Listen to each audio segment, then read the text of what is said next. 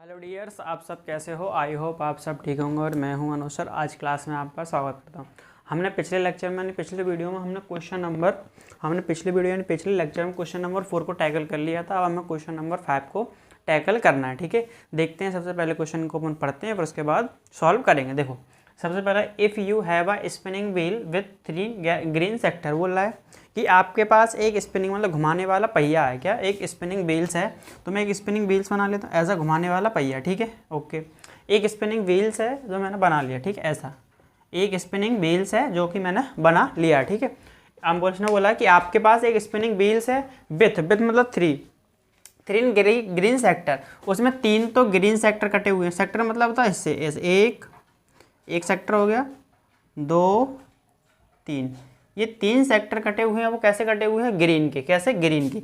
ये वाला भी ग्रीन भरा है, ये वाला भी ग्रीन, ये वाला भी ग्रीन। ठीक है, 3 सेक्टर है हमारे पास, जिसमें से उसने बोला आपके पास एक व्हील्स है। व्हील्स मैंने बना लिया। उसने बोला कि हमारे उसमें 3 ग्रीन सेक्टर कटे हुए हैं। तो 1, 2, 3 सेक्टर मतलब होता है कि उसमें से हिस्से काट दिए। जैसे पिज़्ज़ा होता है तो पिज़्ज़ा पूरा एक गोल है, मान लो पिज़्ज़ा है, उसमें से 3 हिस्से यानी 3 स्लाइस ग्रीन कलर के हैं। तो ऐसे ही ये 3 जो सेक्टर यानी कि ये पीसेस हैं वो ग्रीन कलर से फिल है, यानी भरे हुए हैं, यानी हरा कलर भरा हुआ है। ठीक है, इसके बाद बोला है कि उसमें से फिर उसके बाद एक ब्लू सेक्टर है, यानी कि एक जो सेक्टर है बाकी का एक ये वाला, ये किससे भरा हुआ है? ब्लू कलर से। किससे?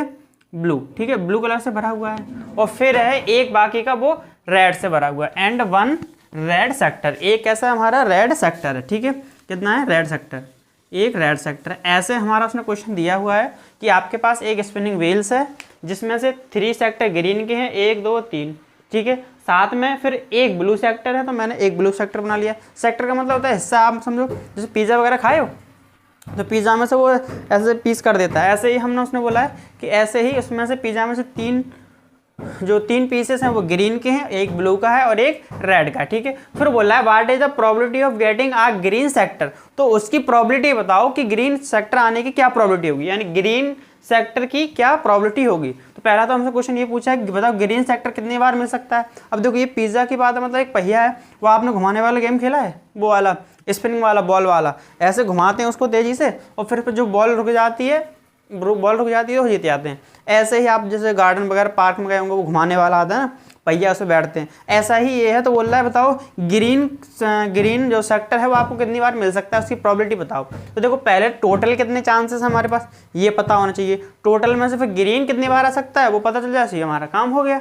देखो, तो टोटल जो आउटकम होंगे हमारे कितने हो जाएंगे? टोटल आउटकम्स कितने हो जाएंगे हमारे? टोटल आउटकम कितने हो जाएंगे? देखो, यानी NS, इसको NS से बताते हैं कितने हो जाएंगे। देखो आप वैसे कलर टोटल आउटकम्स कितने हो जाएंगे। देखो एक तो हमारे पास रेड है और एक ब्लू है और 3 ग्रीन है। ठीक है, ऐसे मैं लिख नहीं रहा हूँ बस। ठीक है, तो NS मतलब होता है टोटल नंबर ऑफ सम, है ना, टोटल नंबर ऑफ सम। इनका सम कितना हो रहा है? टोटल नंबर ऑफ सम का कितना हो रहा है? 5 सेक्टर। कितने हो रहा है? 5। तो टोटल सेक्टर कितने हैं हमारे? 5 ही तो हैं।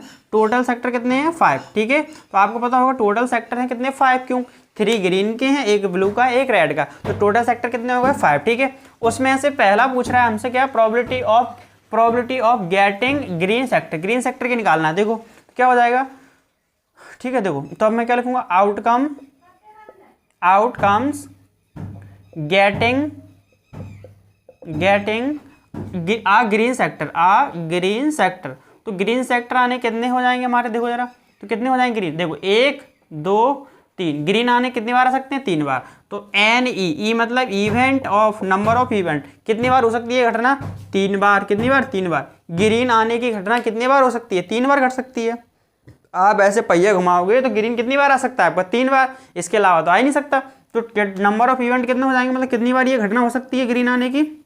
जैसे मान लो आपका एक्सीडेंट कितनी बार हो सकता है? बोलो सर हमारा 5 बार होया सर, मेरा सर 1 बार नहीं हुआ। तो ऐसे ही ये ग्रीन आने का सेक्टर कितनी बार हो सकता है हमारा? 3 बार। ठीक है, तो नंबर ऑफ इवेंट फर्स्ट में नाम क्यों दिया है? क्योंकि पहला हमारा यही इवेंट है, यानी पहली प्रोबेबिलिटी हमने नाम दे दिया। पहला इवेंट क्या है? ग्रीन आने की। तो ग्रीन आने की कितना हो सकता है? 3। अब देखो इसकी प्रोबेबिलिटी क्या हो जाएगी? देखो प्रोबेबिलिटी। ठीक है, प्रोबेबिलिटी कितनी हो जाएगी इसकी?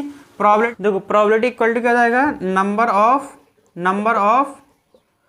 Of outcome of event with event बोल रहे हैं, विथ इवेंट के साथ क्या कितनी हमारी आउटकम हो जाएंगी, नीचे आएगा टोटल नंबर ऑफ आउटकम, ठीक है, टोटल नंबर ऑफ आउटकम। देखो जरा आउटकम, तो ये हमारा कितना है, एन ई है हमारा, एन, देखो शॉर्ट फॉर्म में फॉर्मूला लिखना चाहो आप ऐसे लिख सकते हो, पीई मतलब पहले इवेंट की प्रोबेबिलिटी, नंबर में एन एस, ठीक है, तो एन ई कितनी हो जाएगी हमारी 3y और 5, ठीक है, ये पहले का आंसर हो गया। तो बताओ 5 में से हमारा 3 बार चांस इसका है क्या आने का है, 3 बार, 5 में से 3 चांस हमारा ग्रीन आने का है, ठीक है।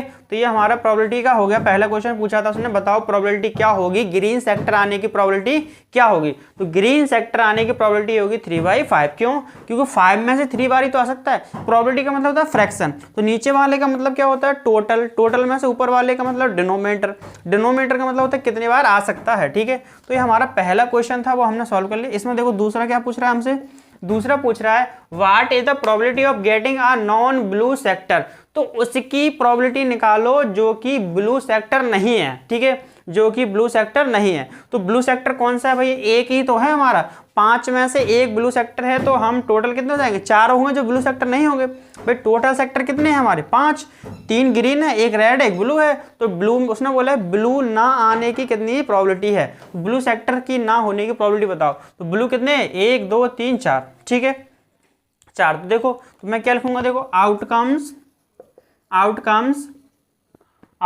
ऑफ गेटिंग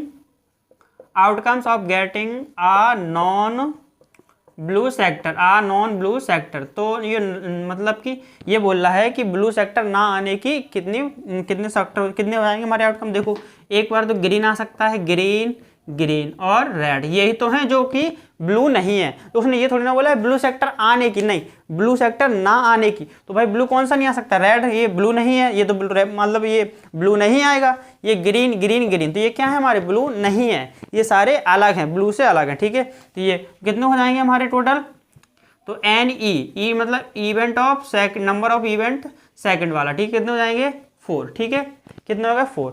देखो तो प्रोबेबिलिटी निकालना है, probability PE2 equal to NE2 बटे में NS, ठीक है। NS का मतलब होता है number of sum of total event, ठीक है, टोटल इवेंट कितने हैं हमारे, देखो तो 4/5, ये हमारा आंसर हो गया, ठीक है। और तो कोई ये मतलब कि ये डिविजन हो नहीं सकता, ये किसी से कट नहीं सकता, इसलिए इतना ही आंसर हो जाएगा, ठीक है। तो हमारा क्वेश्चन नंबर 5 हो चुका है। अब देखते हैं हम क्वेश्चन नंबर 6 को, ठीक है। आप इसको देख लीजिए, नोट कर लीजिए इस तरीके से। देखो कुछ नहीं है, बस प्रोबेबिलिटी का मतलब होता है फ्रैक्शन निकालना।